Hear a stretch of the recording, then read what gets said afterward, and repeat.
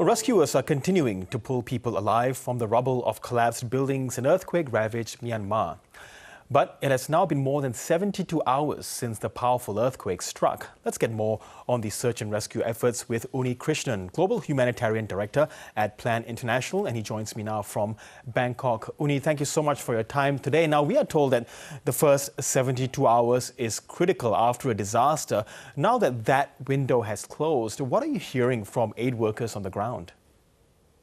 To start with, Girish, you are absolutely right. That's a short window we have of those 72 hours that has already crossed. At the same time, the time is running out for the people who are trapped in buildings and in rubble. At the same time, we have also seen in other earthquake settings that we should never give up hope. We should continue the search and rescue for some more time.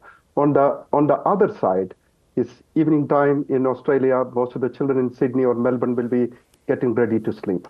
But tonight, hundreds of thousands of children will be sleeping in open air without a roof over their head. There are two things that are impacting them. One, houses have been completely flattened.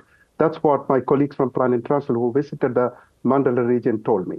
And many houses have sustained either cracks or they are partially damaged. So people are finding it difficult to go inside and they are very scared. And so children are staying outside.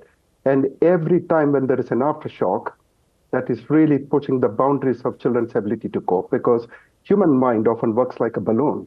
And imagine a fragile balloon, that's the minds of children, getting completely pumped in with pressure with every aftershock.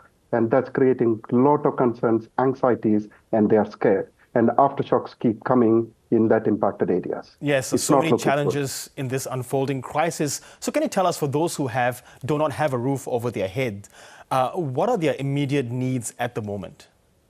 Yeah, to start with, of course, that reassurance that people won't leave them behind. The rest of the world should not leave them behind. You know, it's important to keep them in our minds and heart when everyone goes to bed tonight, to start with. The second thing is, when people are outside and they're not living in their homes and houses, imagine yourself for a moment, you are in Sydney or Melbourne, your kitchens are not working. And there are no restaurants or anything. They don't have restaurants. So children are hungry because they have not been getting food. So we are trying to prioritize those basic life-saving support for them, starting with running community kitchens, getting that food and nutrition and water supplies for the impacted people. So that's a starting point. That's usually visible in an earthquake setting. But what we have learned as Plan International working in many earthquake settings is that in addition to those visible life-saving needs, it's also important to start looking at the invisible emotional care and support that children need. I just mentioned about aftershocks, but many children are separated from their families and friends. We have also learned, especially when girls are separated from their friends and families, they could be even more vulnerable. So addressing the emotional needs, while earthquake impacts everyone, some groups such as children, disabled, girls, etc., could be more impacted, so as women.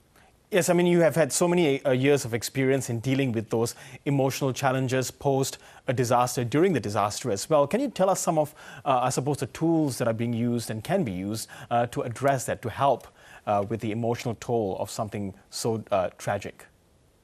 Yeah, one of the most important lessons we have learned is that to start working on the mental health needs of children and other vulnerable groups from day one onwards, because with each passing day, those simple symptoms and anxieties, which are absolutely normal reactions to an abnormal setting, will start getting out of control. So it's important to start addressing this from day one onwards. And of course, the Australian Humanitarian Partnership, which is a coalition of major NGOs in the country, such as Plan International, and thanks to the support from the Australian public as well as the government, we have been able to sometimes prioritize those mental health needs. So that's the one thing to start with. And the second thing is, children start seeing, nightmares. And, when every time there is an aftershock, they are scared. You can see sometimes they're hugging their parents involuntarily. And there is also a moment where you don't need an aftershock. Even the fear of an aftershock will amplify anxieties of children.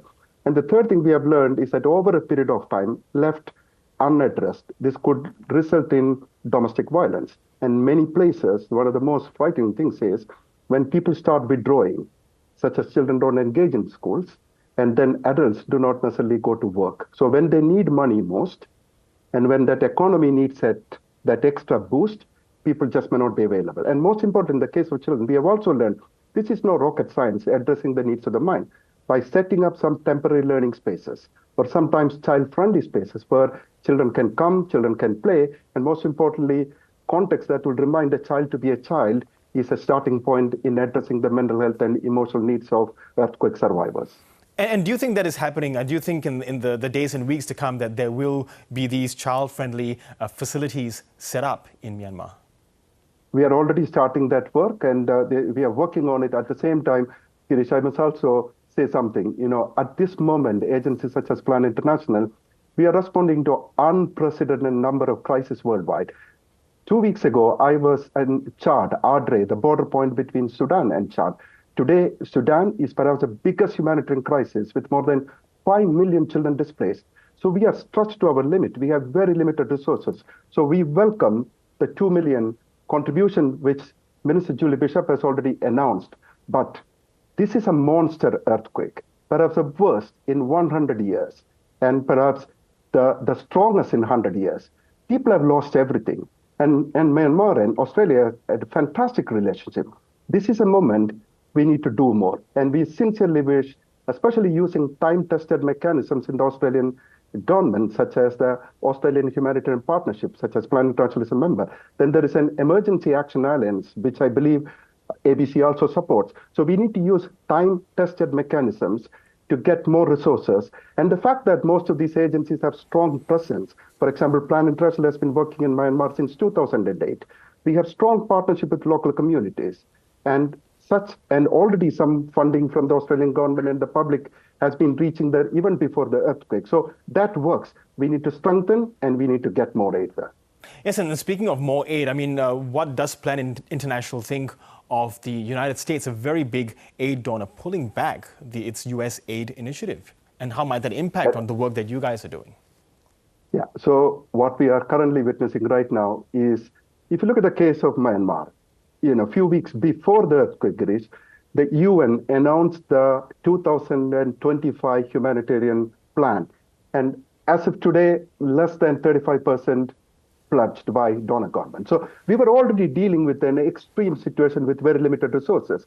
Then what happens is this earthquake is actually multiplying unmet needs. So at a time when more support and resources are needed, less is available, more unmet. This is exactly where we believe, because Australia and Myanmar are close by. Myanmar is in the neighborhood of Australia.